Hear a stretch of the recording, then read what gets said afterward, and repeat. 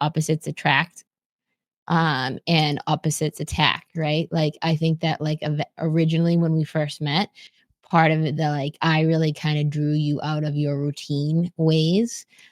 Even though I really was attracted to your routine because I sucked so bad at that.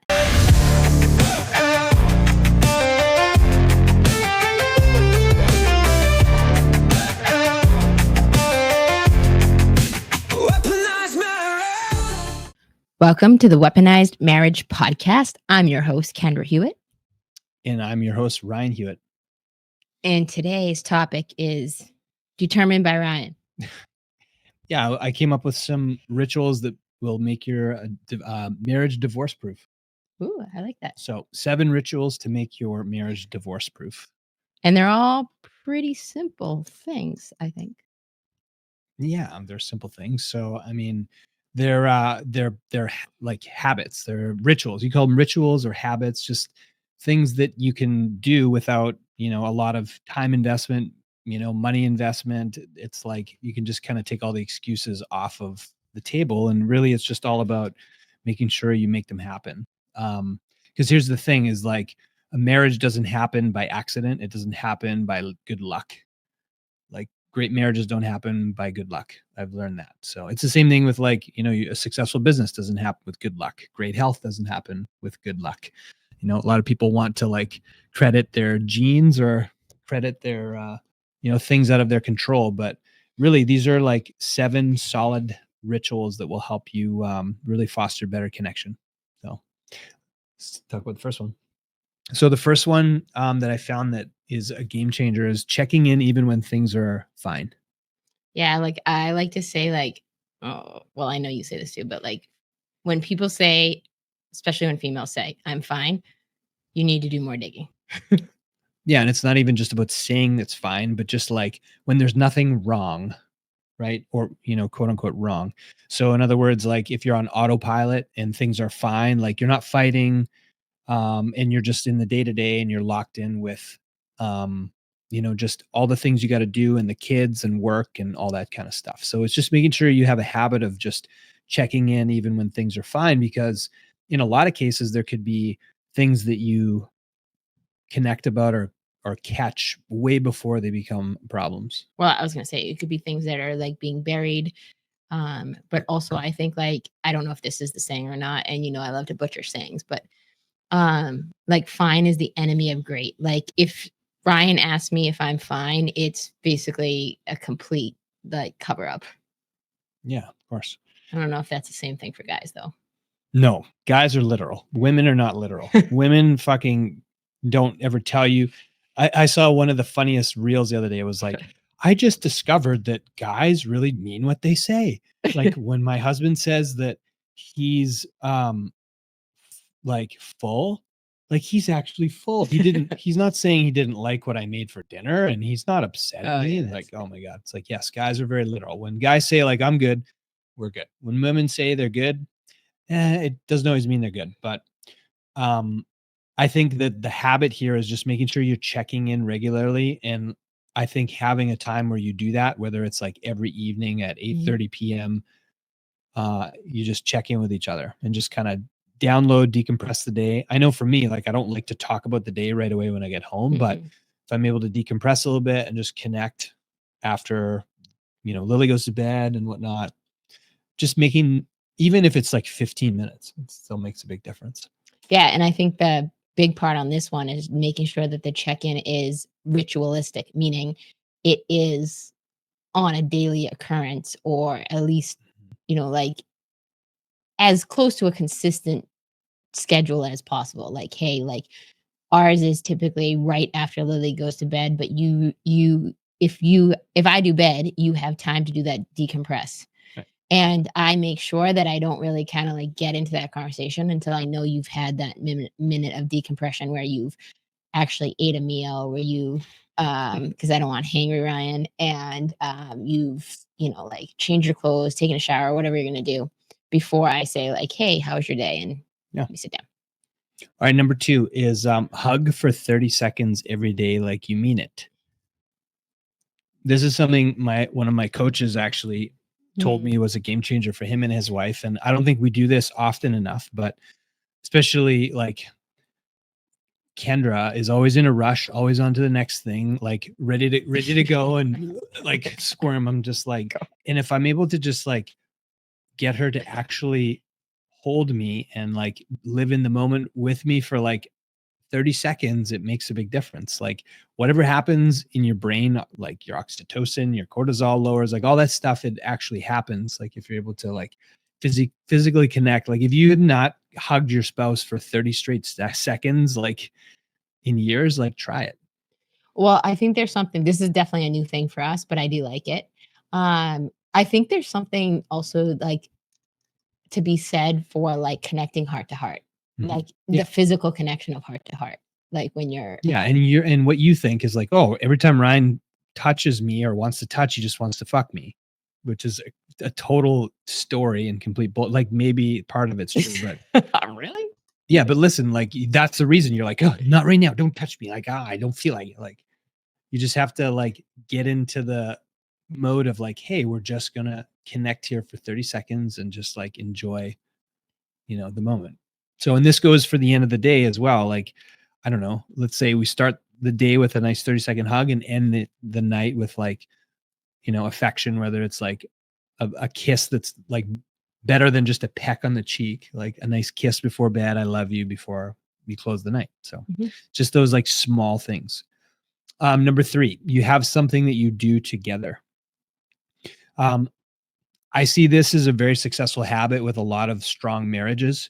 I see couples that golf together. I see couples that they do they go shooting together, or they have some I really like when we do that. That's like probably one of my favorite date nights is when we go shooting. I think this is one of the things that we need to get better at is like have something we do. Like we've been doing spin classes together recently. Yeah. But just have something that we do more often, like together. Yeah. As like, hey, we go once a week, we go bowling together, whatever the fuck it is. Like, because the stereotypical thing is like, oh, well, the guy goes out with his buddies and he goes golfing or bowling or like fishing once a week or whatnot. But I think it's just as important, if not more important, to be able to have something you do with your spouse, like as like something you do together. Yeah, and I also think it's really important. The other side of this is to have something that like is kind of your thing, where it's your space. Like for me, it's definitely riding. Like I like sometimes when you come to the barn with me, but like, which is not maybe once a year, I don't know. But like having that thing that's mine, just like you have other things that are yours that I'm not like really. Yeah, it's important to have things that are yours, but then I think it's really important to have something that you do together. Yeah, and working out used to be our thing to do together, but now since we follow different programs, that's been challenging. But now, like I said, having the spin class, that's just been the last month that we've done the spin class together, has been fun. And you know what? It's been really helpful for me is because like I hate cardio. Like I get really bored really easily. And the having the class where like I don't feel like it's something that I have to like also think about. It's a ability to like kind of shut down my brain, but I get to spend time with you is kind of good.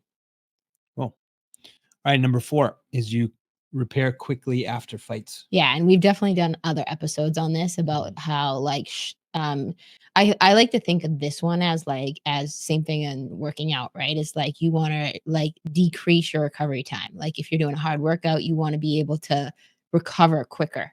And so I think that same thing applies to your marriage, is that the quicker you learn how to recover from a fight, small or large, the better.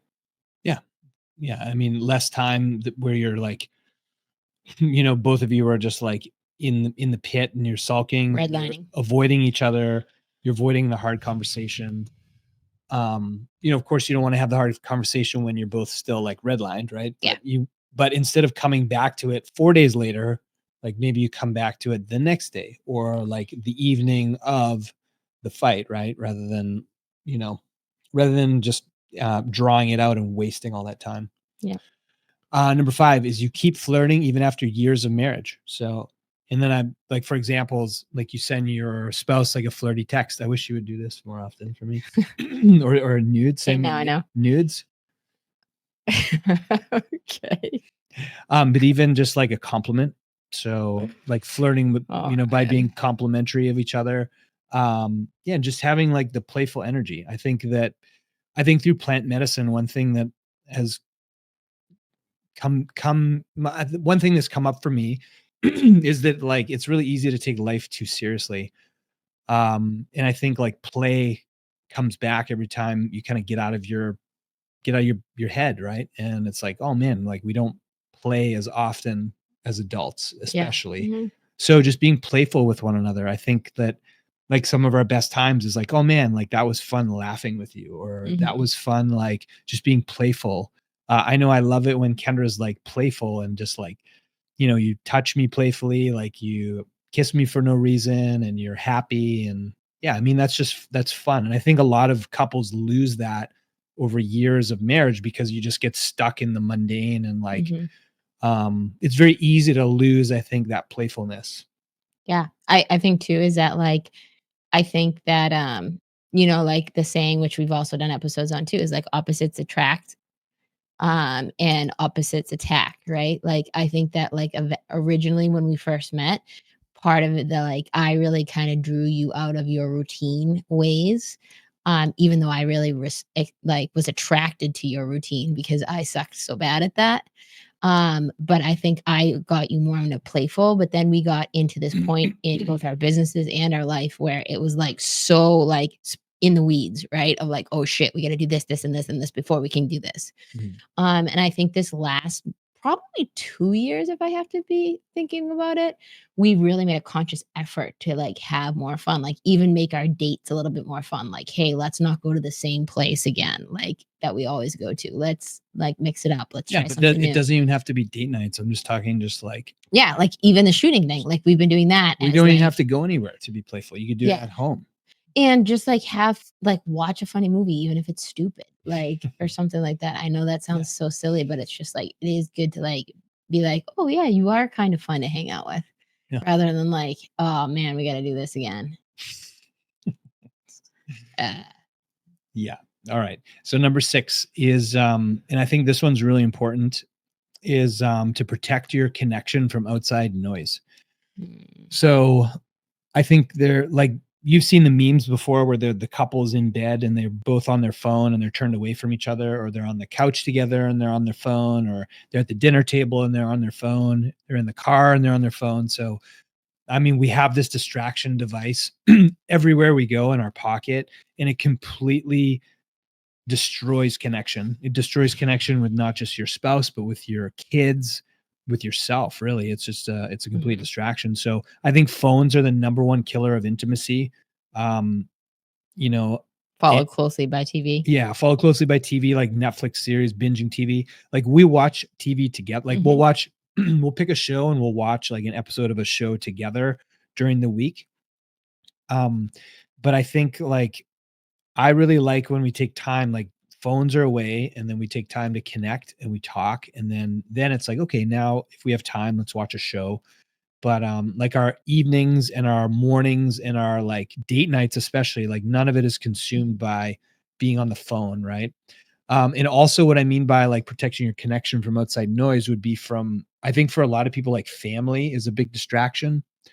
Like family noise, whether there's like rifts in the family, you know, let's say that you're like one of you isn't getting along with a family member and there's shit talk, there's drama, that kind of stuff. Drama can really like fracture a marriage. Or Um, just even like lack of boundaries in family. Like one thing that we struggle with a lot is like a lot of times like my mom will text me at like, at bedtime, it's like fucking nuts. and yeah, Or when and you're on the phone at 9:30 p.m. with one of your family members, I'm like, what? Unless this is like, is somebody yeah. going to the hospital? Like, is this an emergency? Like, what the But fuck the is problem happening? is with that is that like it's it's actually my mom's lack of boundary that she doesn't understand, nor now she doesn't even remember what time like we turn it off. So I probably tell her once a week that like, hey, Yeah, but bedtime's this you have time. the option to literally silence your phone, Yeah. turn your And phone off, so and a lot of put it times away. I just don't respond. But this is the thing is that like, just like not to get off on this, but like it also cannot be family drama. It can be family boundaries or lack thereof. And then family and or work too. Work boundaries, Yeah, right? work boundaries. So like responding to texts from like, let's say you're following up with clients, right? And you're on it's 10 p.m. or you're you just like boundaries is the perfect word, right? For between connection and work, right? If you have too many blurred lines, which it's easy for us because we're entrepreneurs, like so easy to just like be on work mode all the time. But I'm telling you that like that erodes intimacy and connection, right? And then number 7. So we kind of blew through these pretty good. Number 7 is and this one I think we're going too fast. Like I think we should spend a little bit more time. I think, well, okay. So if I had it my way, I'm just like bullet point to the point. Yes, we know, right? Okay. Well, you can kind of. And I am the complete opposite. Shocker. Okay. Number 7, and maybe the most important of all of these. And I was listening to a podcast the other day, and there was I think, a entrepreneur philanthropist, and he wrote a book on money and marriage and how he had surveyed, I think, a shit ton of couples, and he worked with a marriage therapist, and they found out that like the number one reason for divorce, it was 90% was because of money. It wasn't because of infidelity. It wasn't because of like loss of attraction. It wasn't because like I don't love you anymore. It was because of financial stress and money. So I think one of the most important rituals, and we're working on this all the time too, is to make sure that you talk about money together routinely. I'm talking weekly. Whether that's like, where are you at with how much you are making, what like, where's the money coming from that you're making and where is it going? How much are you spending? Right. So whether that's, budgeting for like your week, your month, your year, your trips, etc. Where are you investing together? And then how much are you saving? So those are just really, really, really important conversations. I can't tell you like how important I've realized that this is my, like, my family's trauma, right? This is, a large reason that I grew up with the money beliefs and the marriage and beliefs that I had, because money was always a constant stressor and fight in my home growing up.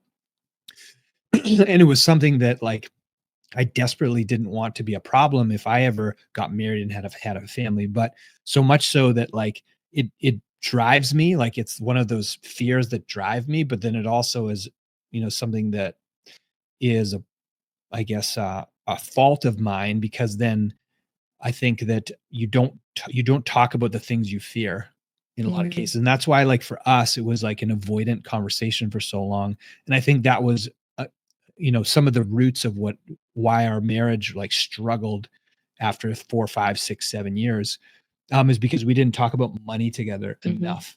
And if you, I'll just say one more thing. If you can get really strong at talking about money together, and especially like in a positive way, and I think that's why we're feeling so good about where we are now, is like we're getting more confident with where our money situation is at.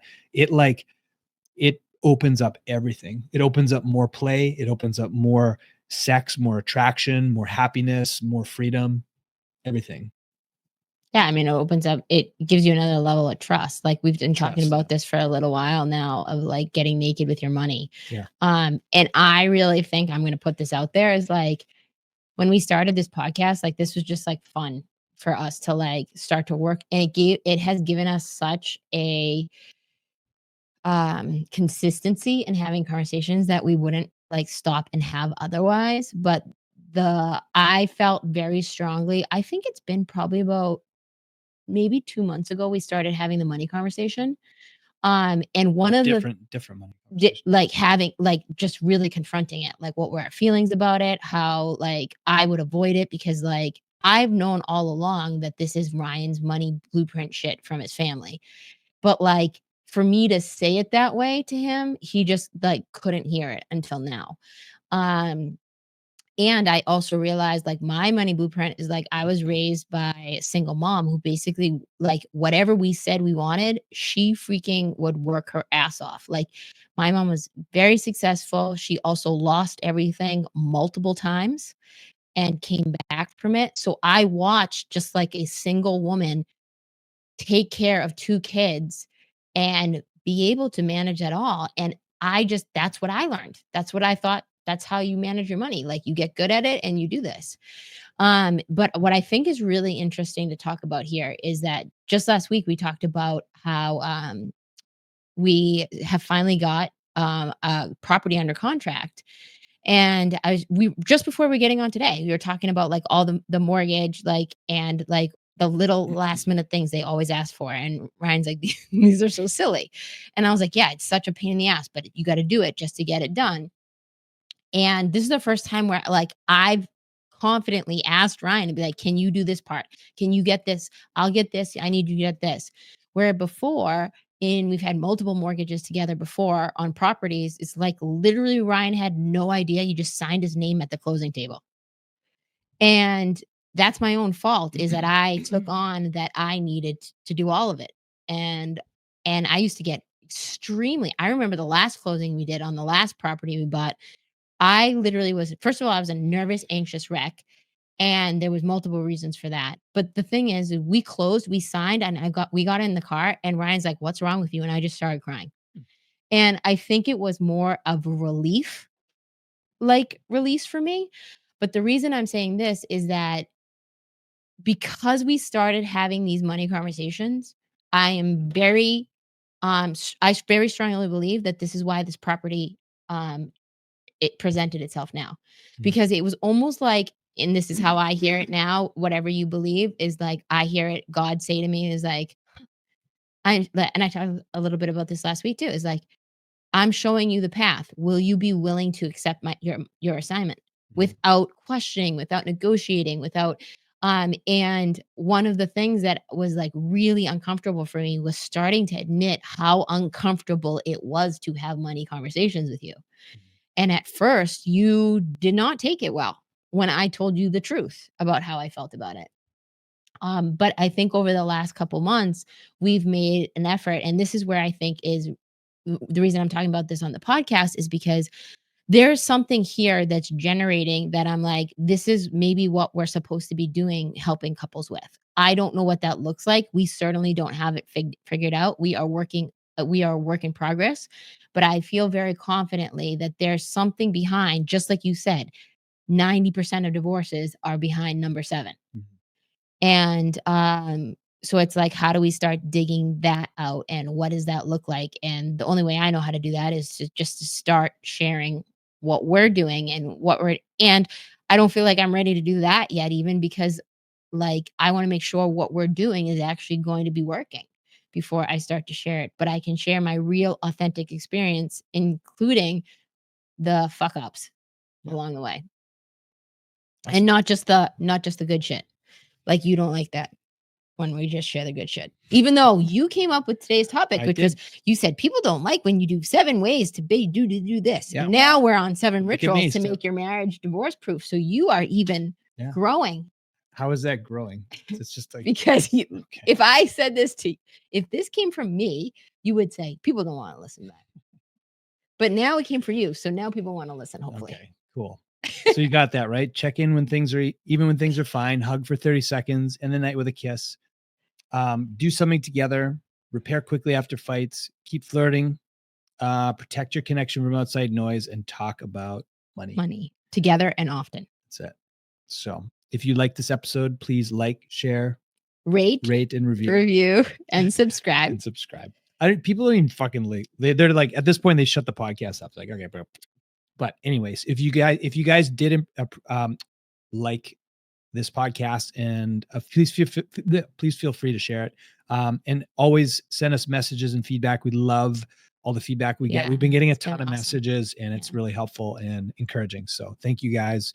We love and appreciate you. But it would be really awesome if you rate and review it. Truth. Way to promote, Kendra. All right, we'll see you guys next week.